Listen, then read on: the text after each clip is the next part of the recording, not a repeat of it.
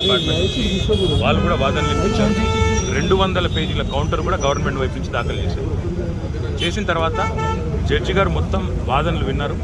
Judgement reserve చేసి పెట్టారు 31 తారీఖున.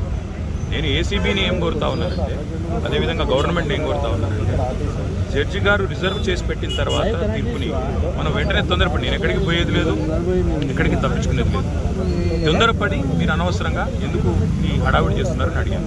ప్లస్ ఇప్పుడు నేను అయినప్పటికీ చట్టాన్ని గౌరవించే పౌరుడిగా, రాజ్యాంగాన్ని గౌరవించే పౌరుడిగా వాళ్ళు పిలిచారు కాబట్టి వచ్చాను. వచ్చి నాకు ఒక లెటర్ ఇచ్చారు, ఇన్ఫర్మేషన్ కావాలి, డాక్యుమెంట్స్ కావాలి.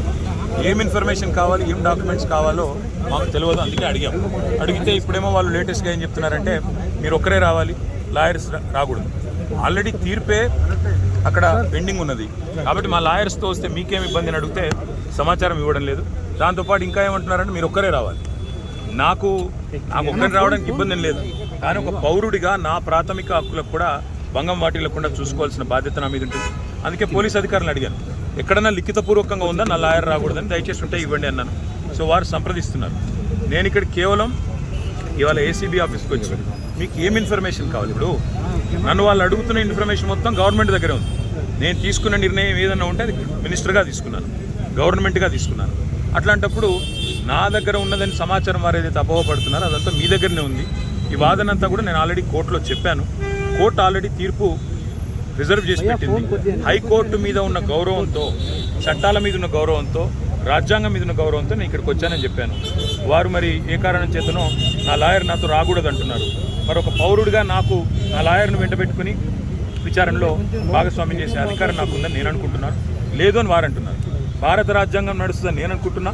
కాదు, రేవంత్ రెడ్డి రాజ్యాంగం మాత్రమే ఇక్కడ నడుస్తుంది తెలంగాణలో వాళ్ళు అంటున్నారు. చూడాలి మరి వాళ్ళు ఏం చెప్తారో. దాని మీరు ముందుగా ఇన్ఫార్మ్ చేశారా అడ్వకేట్స్ వస్తున్నట్టు? బ్రదర్, వాళ్ళు హైకోర్టు తీర్పు రిజర్వ్ చేసిన తర్వాత నిజాన్ని నన్ను పిలవాల్సిన అవసరం లేదు. హైకోర్టులో చాలా గంటల వాదనలు వాళ్ళు వినిపించారు ఏసీబీ తరఫున.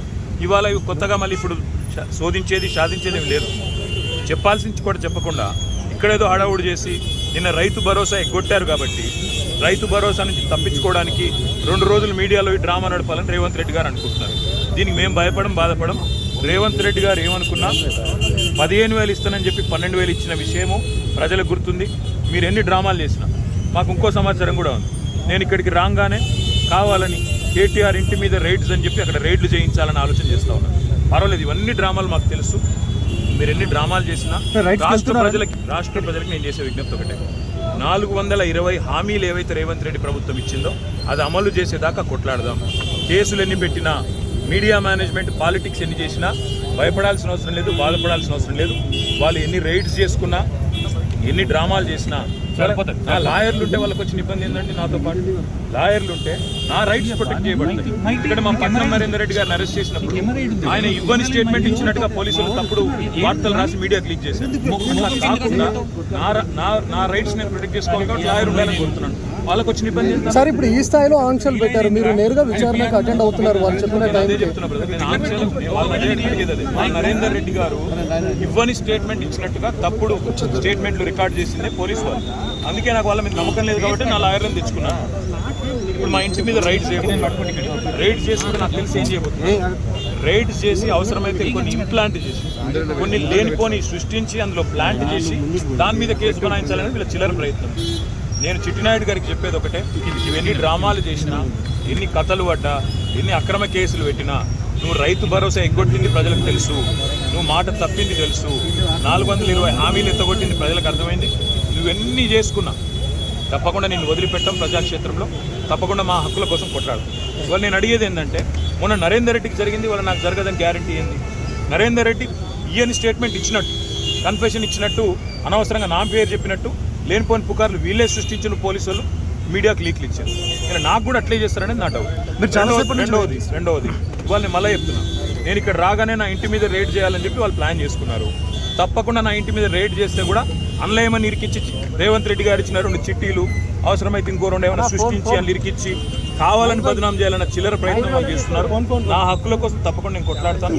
న్యాయవాదుల సమక్షంలో ఎంక్వైరీ చేయాలని కోరుతున్నాను. తప్పే ఉంది. చాలాసేపటి నుంచి వెయిట్ చేస్తున్నారు, ఇంకెంతసేపు వెయిట్ చేస్తారు? ఏమని చెప్తున్నారు? 5 నిమిషాలు చూసిన తర్వాత మరి పోలీసులు సహకరించకపోతే నా దారి నేను అంటే ఇప్పటివరకు అయితే ఏం చెప్పట్లేదు. పోలీసు వాళ్ళు మరి లిఖితపూర్వకంగా ఏం చేయట్లేదు, కానీ వాళ్ళు ఫోన్లు వాళ్ళు ఏదో మాట్లాడుతున్నారు పైకి.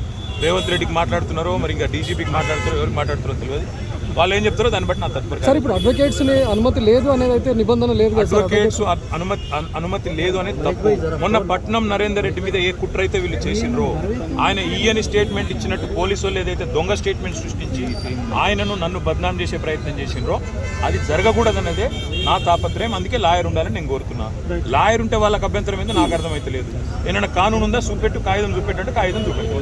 సార్ మీరు క్వశ్చన్ చేస్తే ఏం చెప్తున్నారు సార్? అడ్వకేట్స్ తీసుకొని వెళ్తాను కానీ మా ఇష్టం ఇది. ఇక్కడ భారత రాజ్యాంగం లేదు, అంబేద్కర్ రాసిన రాజ్యాంగం లేదు, అనుముల రేవంత్ రెడ్డి రాసిన రాజ్యాంగం ఉంది. మా ఇష్టం, మా జాగిరి అంటారు. ఏం చేయాలి సార్? ఉద్దేశపూర్వకంగానే మిమ్మల్ని ఇక్కడ డైవర్ట్ చేసి ఇంటి వైపు రైడ్కి వెళ్ళారు. ఇంటి మీద ఇప్పుడు రైడ్కి వెళ్ళడానికి ప్రయత్నం చేస్తున్నారు. వాళ్ళు రైడ్ చేసి కూడా మన ప్లాంట్ చేస్తారనేది నా అనుమానము. తప్పకుండా చట్టపరంగా న్యాయపరంగానే వర్లేదు. ఆల్రెడీ తీర్పు రిజర్వ్ అయ్యి ఉంది. అయినా ఈ డ్రామా చేయాల్సిన అవసరం ఏముందో పోలీసులకి తెలుసు. ఈవెన్ ఫామ్ హౌస్ కేసులో కూడా ఇంటి దగ్గరకు వచ్చి ఎలాంటి అనుమతులు లేకుండా దగ్గరికి వచ్చి డ్రామా చేసి అక్కడ ప్లాంట్ చేసి రేవంత్ రెడ్డి ఇచ్చిన కొన్ని ఆడ పత్రాలు పెట్టి లేదా ఇంకోటి పెట్టి కేసులు పెట్టి ఇరికేయాలనేది వాళ్ళ తాపత్రయం. అన్నింటినీ కూడా న్యాయపరంగా ఎదుర్కొంటాం. They are going in the next 15-20 minutes. మీరు ఒక మాజీ మంత్రి ఇలా రోడ్డు మీద కాకుండా కనీసం లోపలికి పిలిచైనా చెప్పాల్సిన వాళ్ళ విఘ్నత, అది రేవంత్ రెడ్డి గారి యొక్క విఘ్నత, వారి యొక్క తెలివితేటలు. నేను సహకరించడానికి ఇక్కడికి వస్తే నన్ను కనీసం లాయర్ కావాలని నేను కోరుతందుకు కారణం ఒకటే. మొన్ననే పట్నం నరేందర్ రెడ్డి విషయంలో వీళ్ళు చేసిన కుట్ర, రేవంత్ రెడ్డి డైరెక్షన్ ప్రకారం పట్నం నరేందర్ రెడ్డి మీద ఇవ్వని స్టేట్మెంట్ ఇచ్చినట్టు అభూత కల్పనలు సృష్టించి, ఊహాజనితమైన వార్తలు సృష్టించి బదనాం చేసే ప్రయత్నం చేసి ఆయన కన్ఫెషన్ ఇచ్చిండు, కేటీఆర్ను ఏం చేసిండని లేనిపోని కథ చేసిండు. మళ్ళీ మాకు అట్లా జరగకూడదు అనేది నా థాట్. Thank you.